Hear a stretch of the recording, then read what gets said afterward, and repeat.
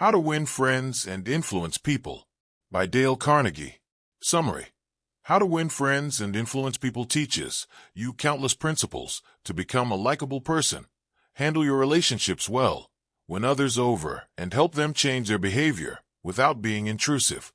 This self-help classic, published even 1 year before Think and Grow Rich in 1936, has sold over 15 million copies throughout the 80 years it's been in print.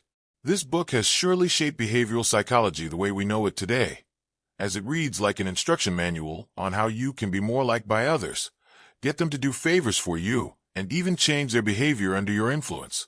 However, none of it is based on manipulation and deceit.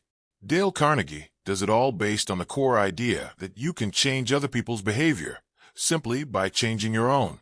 Here are 3 valuable lessons from How to Win Friends and Influence People. You can make a great first impression just by smiling. To be interesting to others, talk about their favorite topic, themselves.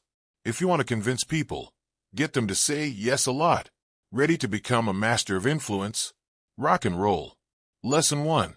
A simple smile is all it takes for you to make a great impression. There's that famous quote about how actions speak louder than words, because in the way we act we truly show whether we follow through on our intentions. Instead of just stating them, the easiest action you can take to make others instantly like you then is to smile. Just like we all tear up when a baby laughs or smiles at us, or feel a rush of endorphins from seeing a dog wag its tail in our presence, we can't help but feel affection toward someone who smiles at us. Now imagine a smile being the first thing you see the first time you meet someone and shake their hand. Of course you're going to like them. More than half of our communication is based on body language. So a smile versus a frown can make the difference between making a new friend or selling a car and striking out. What's more, smiling isn't a one-way road. It helps you directly too. By consciously smiling, you'll generate positive feelings by accident, just like positive feelings can cause you to smile without meaning to. So the next time you meet someone new, turn that frown upside down and smile as you shake their hand. Lesson 2. You can be interesting to others by getting them to talk about themselves. What's everyone's favorite topic? The weather? Nope. Themselves. We all love people who listen to us for hours, and as we yatter on and on about our own lives.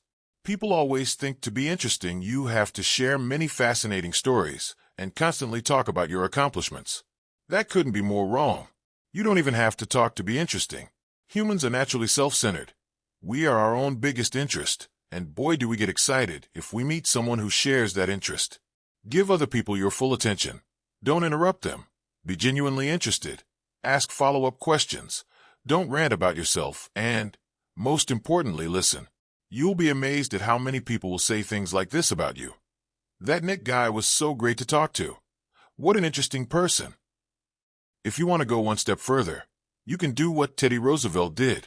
And even prepare yourself before you meet someone by researching them online and trying to pick 2 to 3 of their favorite topics, which you can then address and get them to talk about. Lesson 3. In order to convince people, you have to get them to say yes a lot. Dale Carnegie has 3 steps to help you convince people, the premise of all of them being that they don't know you're trying to change their mind. We hardly defend anything as strongly as our own opinions. So the second we're on to someone trying to win us over, it's a hopeless cause. Unless you've spilled the milk already. Here are 3 steps to help you succeed. Be nice. Do the above. Smile. Listen. Be polite and patient. That's the basis of any successful persuasion, and for that matter, should be the basis of any conversation. Make it clear you have the same goals. Your conversation partner must believe you share the same interests and vision. So emphasize that by talking about the interests you actually share. They have to know you're really on their side and want what's best for them, which you hopefully are anyway. Ask them lots of small questions that they answer with yes. Once you're sure you're both on the same page, you can start laying out your arguments. But do it by asking questions your partner can answer with yes as much as possible.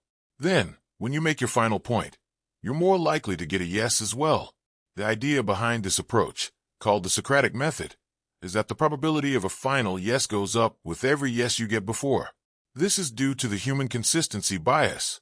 We want to be consistent in our actions, so we're unlikely to break a long chain of yes.